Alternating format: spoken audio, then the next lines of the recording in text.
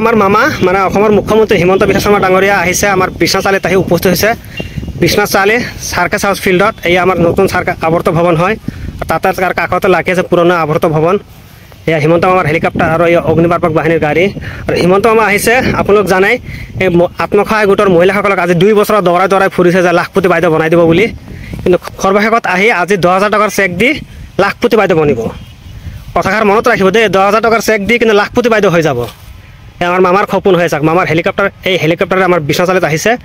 গলীয়া circus house field আৰু এইফালে আছে আমাৰ বিশ্বনাথ জিলা আয়ুক্তৰ বাসভৱন হয়।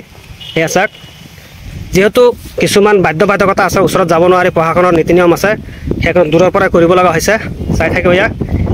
কেতিয়াবাই আহিছে, আহি এতিয়া মামাই যিহেতু চেকবিলাক বিতৰণ কৰি আছে কমলাকান্ত ক্ষেত্ৰত বিশ্বনাথ মহাবিদ্যালয়ৰ সন্মুখত গোটৰ মহিলাসকলক আনিছে বিশ্বনাথ জিলাত। এয়া মামাৰ হেলিকপ্টাৰ চাইছে।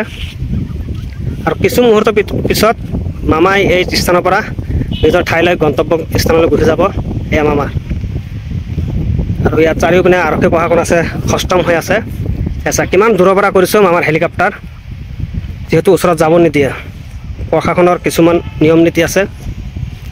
বন্ধুসকল, এয়াই আছিল মামাৰ হেলিকপ্টাৰ আৰু আমাৰ বিশ্বনাথত আহি মহিলাসকলক 10,000 টকাৰ চেক দি লাখপতি বাইদেউ বনাই দিব। আৰু লাখ টকাৰ চেক দিলে কৰপতি হৈ যাব। মহিলা উদ্যমিতাৰ বাবে 4,000 কোটি টকা, অৰুণোদয় আঁচনিৰ বাবে 4,800 কোটি টকা। আৰু সেইকাৰণে বহুত মানুহে ভাবিছিলে যে এইটো ইলেকশ্যনত ভোট ল'বৰ কাৰণে ফৰ্ম ফিল আপ কৰাইছে আৰু এই আঁচনিৰ টকা মহিলাসকলে কেতিয়াও নাপায়। এই কথাটো কোনে বেছিকৈ প্ৰচাৰ কৰিছিলে? আমাৰ কংগ্ৰেছৰ বন্ধুবিলাকে, হয়নে নহয়? যে আপোনালোকে একো নাপাব বুলি। মই ঠিক কৈছোনে নাই কোৱা? কি কৈছিলে? যে দিম বুলি কৈছিলে নহয়, দিলে নেকি এতিয়া?